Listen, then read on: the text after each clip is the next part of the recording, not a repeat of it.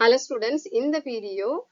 10th CBSE board la படிக்கக்கூடிய students கான video acid base and salts என்ற chapterல part 3 video இது already நான் part 1ல indicators பத்தி part 2ல வந்து acids and base அந்த classification பத்தி இதுல வந்து acid and base metals ஓட எப்படி react பண்றாங்கன்றத பத்தி தெரிஞ்சுக்க போறீங்க இதுல activity partையும் நான் சேர்த்து explain பண்ணியிருக்கேன் ஏன் activity part வந்து நம்ம தெளிவா தெரிஞ்சுக்கணும் அப்படின்னா இப்ப questions எல்லாமுமே ஆக்டிவிட்டியை நீங்க எந்த அளவுக்கு புரிஞ்சிட்டு இருந்திருக்கீங்க அந்த கண்டிஷன் அந்த அதுல இருக்கிற செட்டப் இதெல்லாம் எப்படி அண்டர்ஸ்டாண்ட் பண்ணிக்கிறீங்க அப்படின்ற மாதிரி தான் கொஸ்டின்ஸ் கேக்குறாங்க சோ நீங்க கவனமா கவனிங்க இது ரொம்ப யூஸ்ஃபுல்லா இருக்கும் இந்த வீடியோ இங்க பாத்தீங்க அப்படின்னா ஆசிட் மெட்டல்ஸோட ரியாக்ட் பண்ணும் பொழுது சால்ட் அண்ட் ஹைட்ரஜன் கேஸ் வந்து நமக்கு வந்து ஃபார்ம் ஆகுது சால்ட் பிளஸ் ஹைட்ரஜன் கேஸ்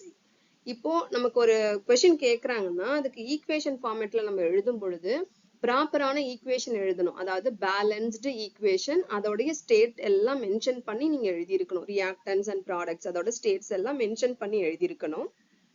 இந்த ஈக்குவேஷன் பாருங்க HCl in aqueous solution meaning என்னன்னா HCl அப்படின்றது நார்மலா hydrogen chloride gas and in aqueous solution அப்படின்னா ஹைட்ரோகுளோரிக் ஆசிட் ஸோ தண்ணியில கரைஞ்சிருக்கு பிளஸ் ஜிங்க் கிரானியூல்ஸ் ஜிங்க் வந்து சாலிட் ஸ்டேட்ல எடுத்துக்கிறோம் இதை வந்து ரியாக்ட் பண்ணும்பொழுது zinc chloride in aqueous solution form ஆகக்கூடிய அந்த சால்ட் aqueous சொல்யூஷன்னா வாட்டர்ல கரைஞ்சிருக்கு பிளஸ் H2ன்றது வந்து upward arrow mark போட்டிருக்கோம் means it is a gas அது வந்து வெளியில எவால்வ் ஆகும் இதுதான் வந்து மீனிங் ஈவன் சல்ஃபியூரிக் ஆசிடோட இந்த ரியாக்ஷன் கொடுத்து கரஸ்பாண்டிங் சால்ட் நமக்கு கிடைக்கும் இந்த ஆக்டிவிட்டியில கொடுத்துருக்க இந்த எக்ஸ்பெரிமெண்டல் செட்டப் வந்து பாருங்க ஸோ ஒரு கிளாம்ப்ல வந்து டெஸ்ட் டியூப் வந்து எடுத்து மவுண்ட் பண்ணியிருக்கோம் இந்த டெஸ்ட் டியூப்குள்ள நமக்கு வந்து HCl சொல்யூஷன் இருக்கு aqueous HCl இருக்கு ஸோ aqueous HClோட ஜிங்க் கிரானியூல்ஸ் வந்து போடுறோம் சாலிட் ஸ்டேட்ல இருக்கும் ஜிங்க் பீசஸ் ஞாபகம் வச்சுக்கோங்க அதை வந்து போட்டிருக்கும் போது என்ன ஆகுதுன்னா ரெண்டும் ரியாக்ட் பண்ணும்பொழுது சால்ட் ஃபார்ம் ஆகுது சால்ட் டெஸ்ட் டியூப்குள்ளேயே தான் இருக்கும் டிசால்வ்டு ஸ்டேட்ல வந்து இருக்கும் ஒன்லி கேஸ் வந்து வெளியில வந்து வரும் அது வந்து டெலிவரி டியூப் வழியா வந்து வெளியில வரும் இங்க நம்ம வந்து வாட்டர் ட்ரஃப் வந்து வச்சிருக்கோம் வாட்டர் ட்ரஃப்ல வந்து சோப் சொல்யூஷன் வச்சிருக்கோம்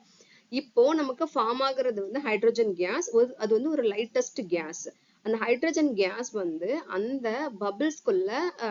ட்ராப் ஆகும் அந்த பபிள்ஸ்குள்ள நடுவுல வந்து ஹைட்ரஜன் வந்து மாட்டிட்டு இருக்குன்னு வச்சுக்கோங்களேன் பபிள்ஸா வந்து மேல எழும்பி போகுது ஏன்னா லைட் வெயிட் இல்லையா மேல வந்து எழும்பி வரும் இப்போ நம்ம ஒரு பர்னிங் கேண்டில் வந்து இந்த பபிள்ஸ் கிட்ட கொண்டு போடும்போது உள்ள ட்ராப் ஆயிருக்கிற hydrogen which is a fuel இல்லையா சோ நம்ம இங்க என்ன பண்றோம் அப்படின்னா ஹீட் கொடுக்குறோம் அட்மாஸ்பியர்ல ஆக்சிஜன் இருக்கு சோ ஃபியூல் ஆக்சிடைசர் அது மாதிரி வந்து இக்னிஷன் டெம்பரேச்சர் 3 கிடைக்கும் பொழுது இது என்ன ஆகும் அப்படின்னா எக்ஸ்ப்ளோட் ஆகும் ஒரு பாப் சவுண்ட் வந்து கிடைக்கும் ஸோ இதுதான் இந்த ஆக்டிவிட்டி நமக்கு வந்து சொல்ற விஷயம் ஸோ உங்களுக்கு இது புரிஞ்சிருக்கும்னு நினைக்கிறேன் ஸோ இந்த ரியாக்ஷனுக்கு பேர் வந்து என்ன அப்படின்னா டிஸ்பிளேஸ்மெண்ட் ரியாக்ஷன் சொல்லுவோம் இது ஆல்ரெடி நீங்க மெட்டல்ஸ் அண்ட் நான் மெட்டல்ஸ்லயும் படிச்சிருந்திருக்கலாம் டிஸ்பிளேஸ்மெண்ட் ரியாக்ஷன் அப்படின்னு சொல்லுவோம் அதாவது ஹைலி ரியாக்டிவ் மெட்டல் இங்க நான் வந்து ரியாக்டிவிட்டி சீரிஸ் கொடுத்திருக்கிறேன் highly reactive metal displeases hydrogen from the acid solution so ஹைட்ரஜனை வந்து ஆசிட் சொல்யூஷன்ல இருந்து வந்து என்ன பண்ணணும்னா டிஸ்பிளேஸ் பண்ணும் ரொம்ப ரியாக்டிவ் மெட்டலா இருந்துச்சு அப்படின்னா ஈவன் வந்து வாட்டர்ல இருந்து ஹைட்ரஜனை டிஸ்பிளேஸ் பண்ணும் ஸோ இங்க நம்ம வந்து ஆசிடோட பாக்குறதுனால ஆசிட்ல இருந்து ஹைட்ரஜனை டிஸ்பிளேஸ் பண்ணுது அப்படின்னு சொல்றேன்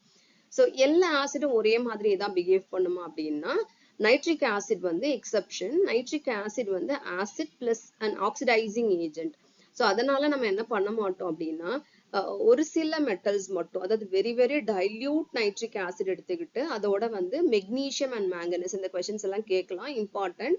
மெக்னீசியம் அண்ட் மேங்கனஸ் இந்த ரெண்டு மெட்டலோட ரியாக்ட் பண்ணும்போது ரொம்ப டைல்யூட் கண்டிஷன்ல நைட்ரிக் ஆசிட் எடுத்துட்டு நம்ம ட்ரீட் பண்ணும் பொழுது நமக்கு என்ன கிடைக்கும்னா H2 கேஸ் கிடைக்கும் மற்ற மெட்டல்ஸோட வந்து நமக்கு வந்து நைட்ரிக் ஆசிட் வந்து நைட்ரஜன் ஆக்சைட்ஸ் அண்ட் வாட்டர் வந்து கொடுக்கும் ஸோ ஒரு டிஃப்ரெண்டா பிஹேவ் பண்ணும் நைட்ரிக் ஆசிட் மட்டும் ஸோ இதை ஞாபகத்துல வச்சுக்கோங்க இங்க வந்து reaction of bases with metals அதாவது மெட்டலோட பேசஸ் வந்து எப்படி ரியாக்ட் பண்ணும் அப்படின்றதான் வந்து சொல்லியிருக்கோம் இங்க வந்து பாத்தீங்கன்னா தெரியும் சோடியம் ஹைட்ராக்சைடு இன் aqueous ஸ்டேட்னா சோடியம் ஹைட்ராக்சைடு நார்மலா சாலிட் அதை வந்து என்ன பண்றோம் அப்படின்னா வாட்டர்ல டிசால்வ் பண்ணி நம்ம எடுத்திருக்கிறோம் அதோட ஜிங்க் கிரானியூல்ஸ் ஆட் பண்ணும்பொழுது which is a solid zinc granules add பண்ணும் பொழுது நமக்கு சோடியம் ஜிங்கேட் அப்படின்ற காம்ப்ளெக்ஸ் சால்ட் ஒன்று ஃபார்ம் ஆகுது பிளஸ் H2 again இங்கேயும் பாருங்க மெட்டலோட சோடியம் பேஸ் ரியாக்ட் பண்ணாலும் இங்க எவால்வ் ஆகுறது என்ன, ஹைட்ரஜன் கேஸ். சேம் அதே மாதிரியே அந்த ரியாக்ஷன் முன்னாடி கொடுத்துருக்கிற அதே ஆக்டிவிட்டி மாதிரியே இங்கேயும் நம்ம என்ன பண்ணலாம், இந்த ரியாக்ஷனை பெர்ஃபார்ம் பண்ணலாம், இந்த எக்ஸ்பெரிமெண்ட்டை பெர்ஃபார்ம் பண்ணலாம், நமக்கு H2 கேஸ் வந்து கிடைக்கும். ஸோ இதுல கொடுத்துருக்கிற இந்த பர்டிகுலர் சால்ட்டோட ஃபார்முலா டைரக்டா கேட்கலாம். ஃபார்முலா நல்லா ஞாபகம் வச்சுக்கோங்க. ஸோ இந்த மாதிரி இன்னும் வந்து இதோடைய